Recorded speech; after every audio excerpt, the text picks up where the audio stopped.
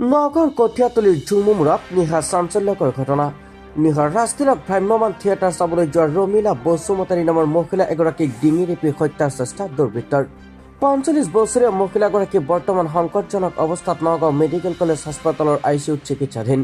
ঘটনা কেন্দ্ৰ কৰি বৰ্তমান কঠীয়াতলী আৰক্ষীয়ে চলাই আছে তদন্ত। ঘটনাটো কেনেধৰণে সংঘটিত হৈছে আমিতো গম পোৱা নাই, যেতিয়া আমি খবৰ পাইছোঁ ৰাইজে আমাক ফোন কৰি জনাইছে যে এনেকৈ ঘটনা এটা হৈছে, মানুহ এগৰাকী পৰি আছে। তেতিয়া আমি আহিছোঁ, আহি পেলাই লগালগ আমি আৰক্ষীৰ লগত যোগাযোগ কৰিছোঁ আৰু তেখেতসকলো আহিছে। 108কো খবৰ দিয়া হৈছিলে, কিন্তু তেখেতসকলে আহি পোৱা নাছিলে। হয়তো আৰক্ষী আহি লগে লগে তেখেতসকলৰ গাড়ীতেই লৈ গৈ আমাক কঠীয়াতলী প্ৰাথমিক স্বাস্থ্যকেন্দ্ৰত ভৰ্তি কৰায়। আমি যোগাযোগত আছিলোঁ তেখেতসকলৰ। তাৰপিছতে মানুহগৰাকী যিহেতু অকলে আছে, তেখেতৰ পৰিয়ালৰ লগত আমি যোগাযোগ কৰিলোঁ। তাৰপিছতে আমি আকৌ সেই ৰাতিৰ লগে লগে তেখেতসকলৰ পৰিয়ালৰ লগত যোগাযোগ কৰি তেখেতসকলক নি আমি আকৌ হস্পিটেল গ'লোঁ। হস্পিটেলত যেতিয়া ইয়াৰ পৰা ৰেফাৰ দিলে নগাঁও, তাৰপিছতে আমি এম্বুলেঞ্চৰ ব্যৱস্থা কৰিলোঁ। ব্যৱস্থা কৰি তেখেতসকলৰ সৈতে আমি নগাঁৱলৈ পঠাই দিলোঁ। আমি তেখেতক পৰি থকা অৱস্থাতে পাইছোঁ। আমি ডিঙিত আঘাতৰ চিন দেখিছোঁ।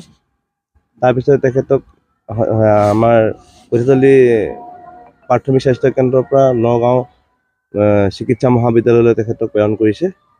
আমি পঠাই কৰি দি গুচি আহিছোঁ। কিহৰ বাবে হোৱা বুলি ভাবে একচুৱেলি গম নাপাম, কাৰণ মহিলাগৰাকীৰ বয়সটো হৈছেই। কাৰণ তেখেতৰ ইতিমধ্যে জীয়ৰীও বিয়া হৈ গৈছে, স্বামীৰ মৃত্যু ঘটিছে। বয়স 50ৰ হয়, 2-1 বছৰ বেছি হ'ব, নহ'লে 2-1 বছৰ কম হ'ব। গতিকে কি কাৰণে হৈছে এইটো মানে আমাৰ অনুমানৰ ফালৰ পৰা ক'বলৈ অকণ দিগদাৰ হয়। মহিলাগৰাকীৰ নাম কি আছিলে?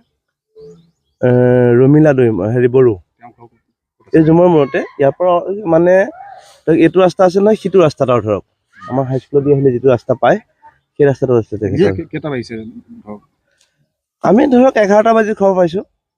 ঘটনাস্থলী তেনেকুৱা কিবা আঘাত মানে কি, তেখেতৰতো যথেষ্টখিনি ৰক্তক্ষৰণ হৈছে আঘাতস্থলীৰ পৰা।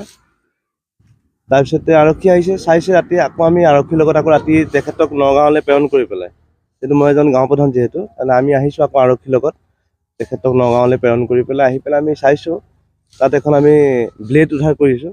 চাইছোঁ ৰাতি আমি দেখা পাইছোঁ, মানে ব্লেড দি কটা সন্দেহ হয় আৰু। কাৰণ যিটো ডিঙিত যিটো আঘাতৰ চিন আছিলে, সেইটোতো ধৰক সহজে বা এনে দুৰ্ঘটনা হ'লে বা যেনেধৰণে অলপ হেৰি হয় আৰু তেনেকুৱা নহয়।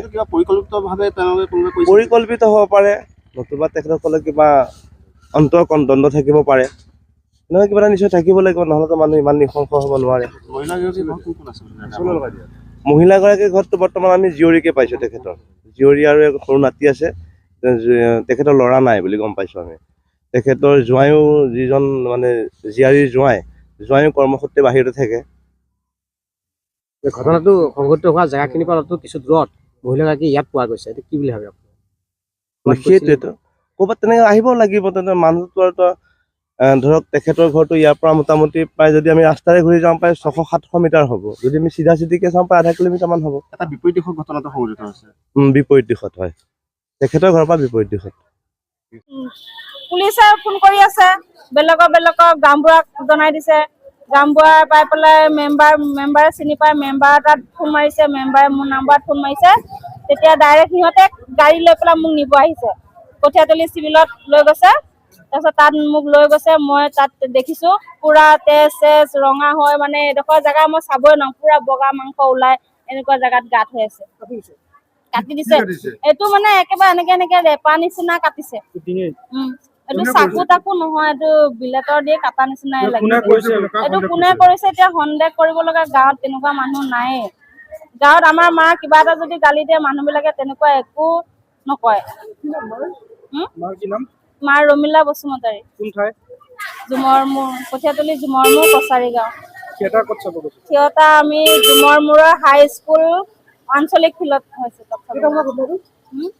ঘটনাটো সি ওলাই যোৱা 10:30 মান বাজিছে চাগে, 10:30 মানেই হ'ব। মই ঘড়ীটো 10টা বুলি চালো, কিন্তু এইটো চাইডত কিমান ওলাইছে সেইটো মিনিটটো নাচালো। তাৰপিছতে থিয়েটাৰ শেষ হৈছে 12টা কিমান মানত শেষ হৈছে থিয়েটাৰটো। মই মানে থিয়েটাৰ শেষ নোহোৱা আগতে মই ফোন কৰিছো, তেতিয়া আগতে চুইচ অফ। সি ওলাই যোৱা থানাত এজাহাৰ দিবলৈ ঘৰত মানুহে নাই। মই আছো মাৰ লগত লাগি, ঘৰত মই অকল আছো, মানুহজন আছে বাহিৰত কাম কৰি অহা নাই। আহিব পৰা নাই। নগৰৰ পৰা প্ৰাঞ্জল নাথৰ ৰিপৰ্ট